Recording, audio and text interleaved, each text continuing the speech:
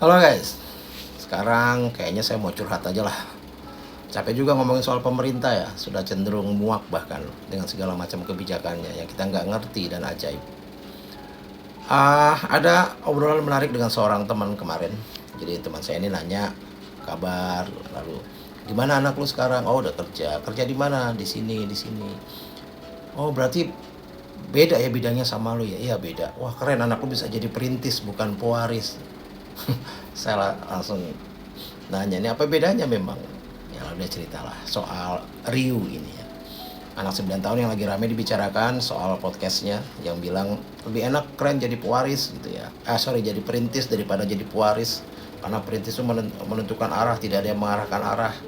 Justru disitulah asiknya gitu ya. Dan seterusnya lah. Ya kalau menurut saya begini, kalau memang ini benar mindsetnya Rio sendiri gitu ya, bukan hasil dari atau suruhan orang lain dia berbicara begitu, saya rasa keren sih anak sekecil ini 9 tahun sudah punya mindset seperti ini. Karena pada dasarnya ya kita sebagai orang tua kan nggak mau anak kita hidup susah. Anak kita inginkan atau kita pengen anak kita hidup lebih baik dari kita.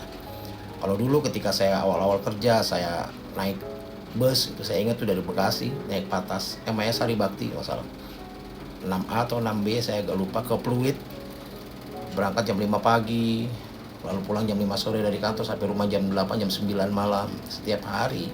Lalu ketika anak saya bekerja bawa kendaraan pribadi misalnya, lalu tinggal di apartemen sendiri, lalu apakah berarti anak saya lebih lemah dari saya karena dia tidak sesulit saya ketika memulai bekerja? Saya rasa nggak gitu konsepnya. Karena masing-masing punya pertempurannya sendiri.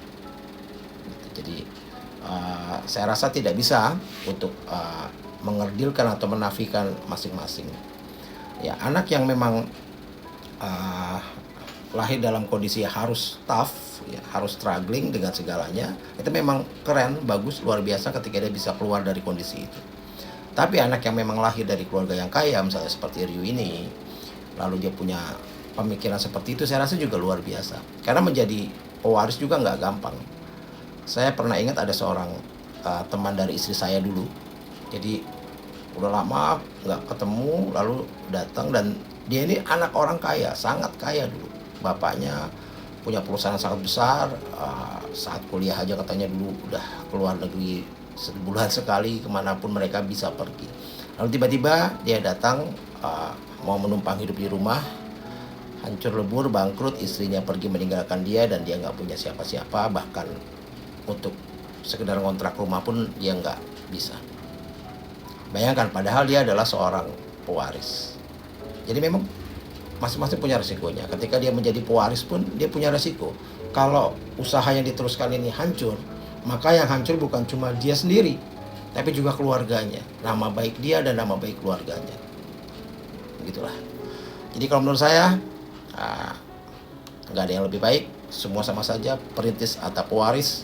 Yang penting dimanapun posisinya, kita bisa menjadikan diri kita bermanfaat bagi diri kita, bagi keluarga, bagi orang sekitarnya, dan tentunya bagi sesama. Amin. Salam.